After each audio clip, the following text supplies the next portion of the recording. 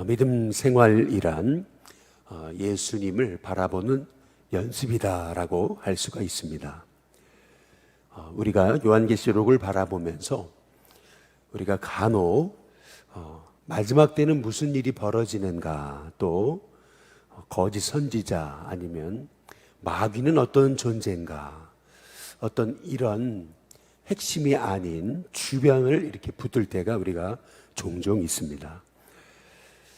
요한계시록에서 말하고 있는 것은 실은 예수님을 바라보라는 거예요. 핵심은 예수님께 이제 있습니다. 그럼에도 불구하고 우리는 자꾸 마지막 때가 언제냐, 그리고 마지막 때는 어떤 일이 벌어지냐, 그리고 또 마귀는 어떤 존재냐, 자꾸 핵심이 아닌 다른 것에, 부차적인 것에 우리가 집중할 때가 있다라고 하는 것입니다. 자꾸 마지막 때에 집중하니까 그 때를 강조하는 이단이 나오는 거고요. 마지막 때 어떤 현상이 벌어지느냐를 자꾸 관심을 가지니까 그 현상을 가지고 속이는, 미혹하는 그러한 이단들이 이제 나오게 이제 되는 것이죠. 결국 요한계시록을 통해서 우리에게 주고자 하시는 말씀은 알파와 오메가가 되신 어린 양의 이제 신부의 참 주인으로 오실 바로 예수님을 끊임없이 바라봐야 된다라고 하는 것을 이제 말씀하시는 것이 실은 요한계시록의 이제 핵심입니다. 여기 보니까 이런 말씀이 있죠. 7절에 보라, 내가 속히 오리니 이 두루마리의 예언의 말씀을 지키는 자는 복이 있다, 이제 이렇게 말씀을 하세요. 그랬더니 8절에 이것을 보고 들은 자는 나 요한이니 내가 듣고 볼 때에 이 일을 내게 보이던 천사의 발 앞에 경배하려고 엎드렸더니 라고 이렇게 말하고 있어요. 이 말씀을 실은 하시는 자는 예수님인데 이 말씀을 전해주는 천사에게 요한은 엎드려서 경배하려고 합니다. 이제 그랬더니 9절에 보니까 이렇게 얘기하죠. 그가 내게 말하기를 나는 너와 내 형제 선지자들과 또 이 두루마리의 말을 지키는 자들과 함께 된 종에 불과하다. 그러니까 그리하지 말고 하나님께만 경배해라, 이제 이렇게 말씀하고 있는 것을 볼 수가 있습니다. 다시 말해서 요한조차도 이 요한계시록의 말씀을 전해주는 그 천사에게 경배하려고 했다라고 하는 것을 요한계시록의 오늘 22장 이 마지막 8절과 9절에 말씀하고 계시는 것을 우리가 주목해 볼 필요가 있거든요. 요한계시록 19장 또 8절과 9절, 10절에 이제 보시면은 이제 이런 말씀을 하세요. 그에게 세마포 깨끗한 세마포 옷을 입도록 허락하셨다, 이제 이렇게 이제 말씀을 하세요. 그러면서 9절에 어린 양의 혼인 자체에 청함을 받은 자들은 복이 있다, 이제 이렇게 천사가 얘기해요. 그랬더니 10절에 요한이 내가 그 발 앞에 엎드려 경배하려 하니라고 이렇게 얘기를 해요. 그랬더니 똑같이 이제 천사가 얘기하여 그리하지 말고 오직 하나님께만 경배해라, 이제 이렇게 말씀하시는 것을 볼 수가 있습니다. 요한계시록에 한 번도 아니고 이 똑같은 사건을 두 번이나 똑같은 세팅을 가지고, 다시 말해 어린 양의 혼인잔치에 참여하는 자는 복이 있다라고 하는 말씀을 천사가 전해주니까 요한이 경배할 분을 헷갈려 해가지고 하나님께 경배하는 것이 아니라 천사에게 경배를 하려고 그래요. 이제 그랬더니 천사가 아니 나도 너희들과 함께 된 종인데 나한테 경배하면 안 된다, 오직 하나님께만 경배해라, 이제 이렇게 화들짝 놀라는 것을 볼 수가 있었거든요. 근데 그게 19장에서 이 10절에서 한 번으로 끝나지 않고 오늘 여기 요한계시록 22장에 여기 9절에 한 번 더 나오는 거예요.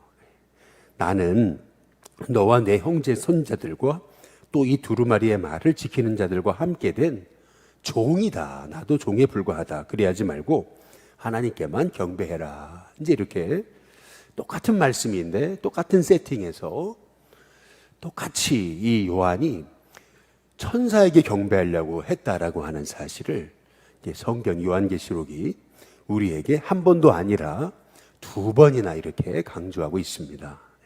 19장에서 그리고 22장에서 말이죠.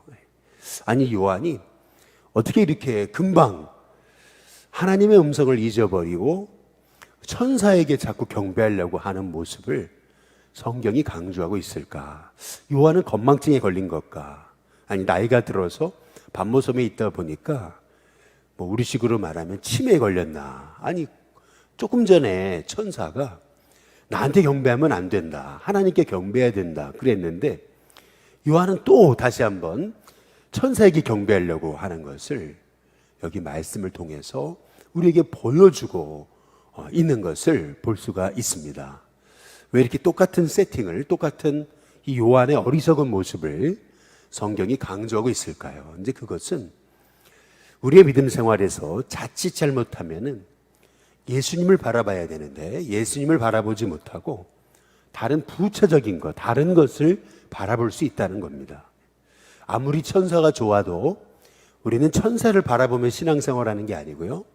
예수님 바라보며 신앙생활하는 거고요. 아무리 천사가 엄청난 우리에게 기적의 말씀을 보여줬다 하더라도 우리는 그 천사가 보여준 기적에 집중할 것이 아니라 예수님을 바라보고 예수님께 집중해야 된다라고 하는 사실을 오늘 이 말씀을 통해서 우리에게 알려주고 계시는 것입니다. 우리가 자칫 신앙생활 하면서 자꾸 본질이 아닌 우리가 다른 것에 휘말리고 빠지는 이유는 뭐냐면 예수님을 바라보고 오직 예수님께 집중을 해야 되는데 그러지 않고 자꾸 다른 것에 집중을 하더라는 겁니다. 분명 우리 주님이 요한계시록을 통해서 6절에 여기 22장 6절에 보면 반드시 속히 될 일이라고 말씀하고 이제 계시잖아요. 반드시 속히 될 일. 분명 요한계시록은 반드시 속히 될 일에 관한 이제 말씀입니다.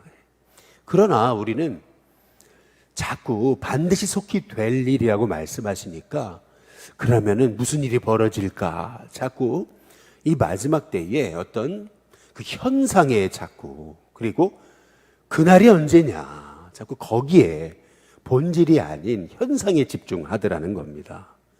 결국 우리가 집중해야 되는 것, 그것은 어떤 마지막 때 무슨 일이 벌어지느냐? 또 마지막 때에 그때가 언제냐라고 하는 이런 부차적인 것에 집중할 것이 아니라 우리가 집중해야 되는 분, 그분은 바로 예수님이시라고 하는 것이죠.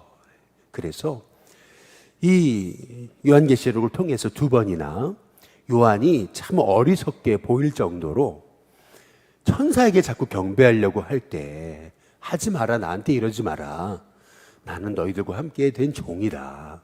하나님께 경배해야 된다.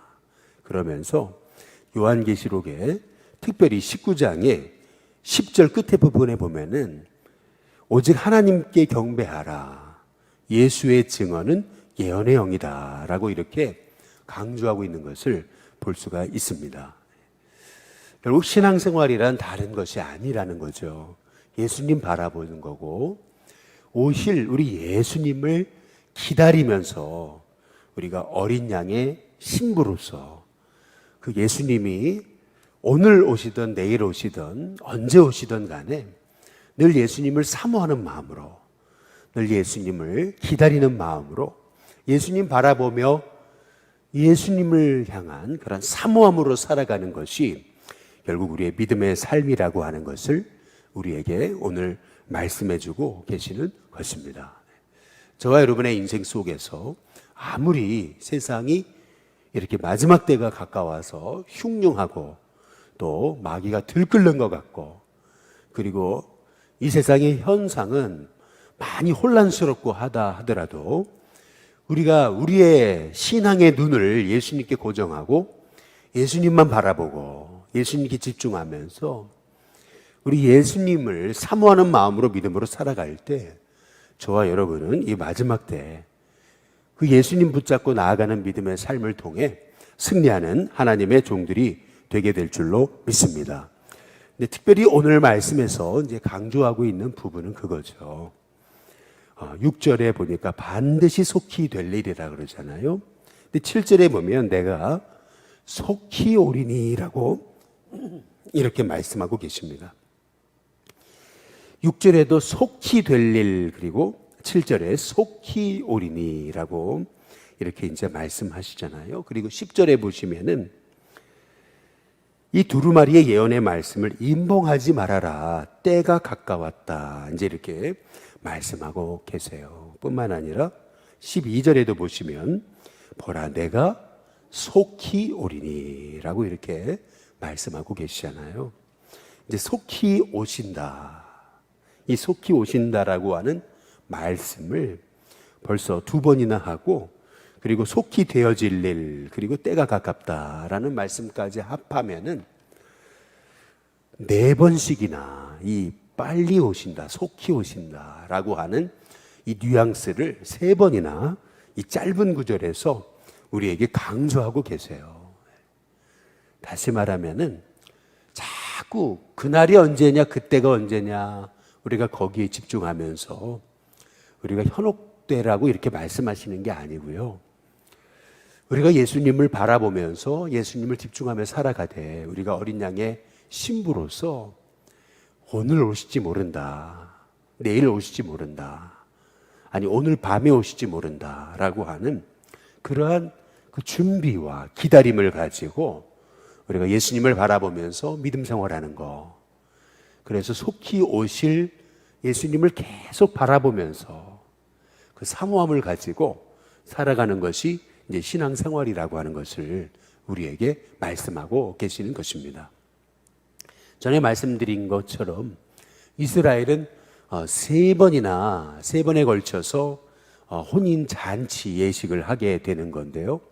먼저는 처음 이제 결혼하기 원하는 남자가 이제 신부의 집에 가서 이제 신부의 아버지한테 이제 허락을 받고 이제 서약식을 하고 서로 언약의 포도주를 마시고 난 다음에, 그리고 나서 이제 신랑은 혼인을 준비하기 위해서 자기 집으로 돌아가서 신부가 기거할 집을 준비하죠.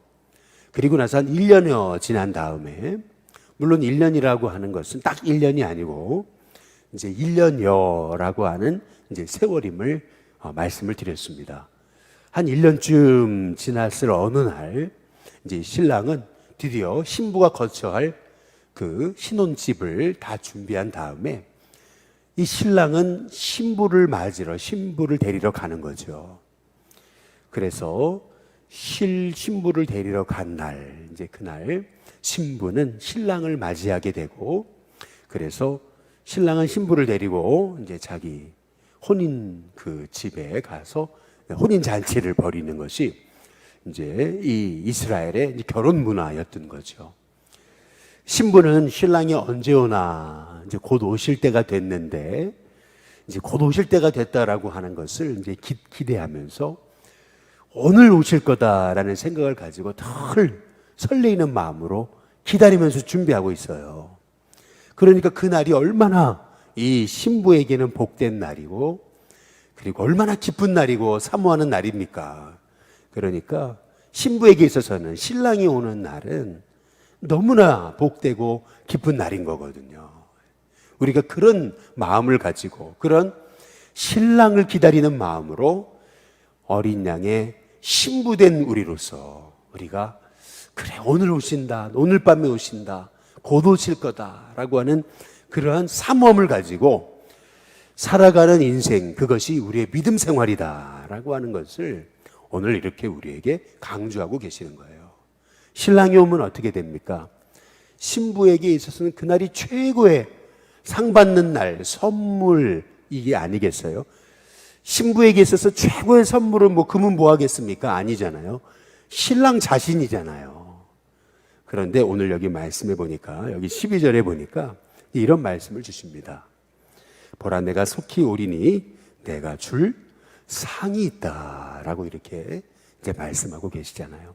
신랑이 오시는 것도 좋은데 그 신랑이 손에 상을 들고 이제 오세요. 얼마나 놀랍습니까? 그래서 내게 있어서 각 사람에게 그가 행한 대로 다 내가 갚아준다. 이제 이렇게 말씀하고 계십니다. 신랑이 오세요. 근데 그냥 오는 게 아니에요.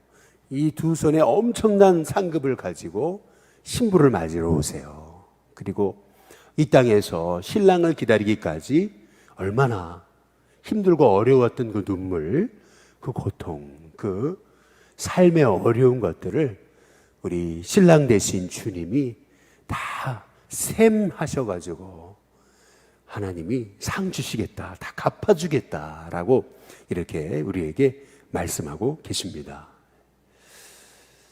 우리는 어린 양의 신부예요. 우리 신부로서 신랑 되신 예수님을 기다리며 살아가되 우리의 믿음의 삶이 자꾸 이 세상의 이 현상, 다른 것, 이 세상의 흉흉하고 어려운 이러한 모습을 바라보는 것이 아니고 나에게 오실 예수님, 신랑 되신 예수님, 날 끌어안아 주시고 날 맞아 주시고 나에게 상 주실 예수님, 얼마나 힘들었냐라고 말씀하시면서 내 손을 잡아 혼인잔치에 들어가게 하시는 그 예수님, 그 기쁨의 예수님을 바라보면서 저와 여러분 이 마지막 때 우리의 삶이 때로는 힘들고 어렵고 또 주저앉고 싶을 때도 많지만 그러나 우리 예수님 바라보게 되면 또 일어나고 또 힘을 얻고 또 소망을 얻고 결국 승리하는 그 어린 양의 혼인잔치에 참여하는 기쁨을 가지고 승리하는 저와 여러분이 다 되시기를 주님의 이름으로 축복합니다.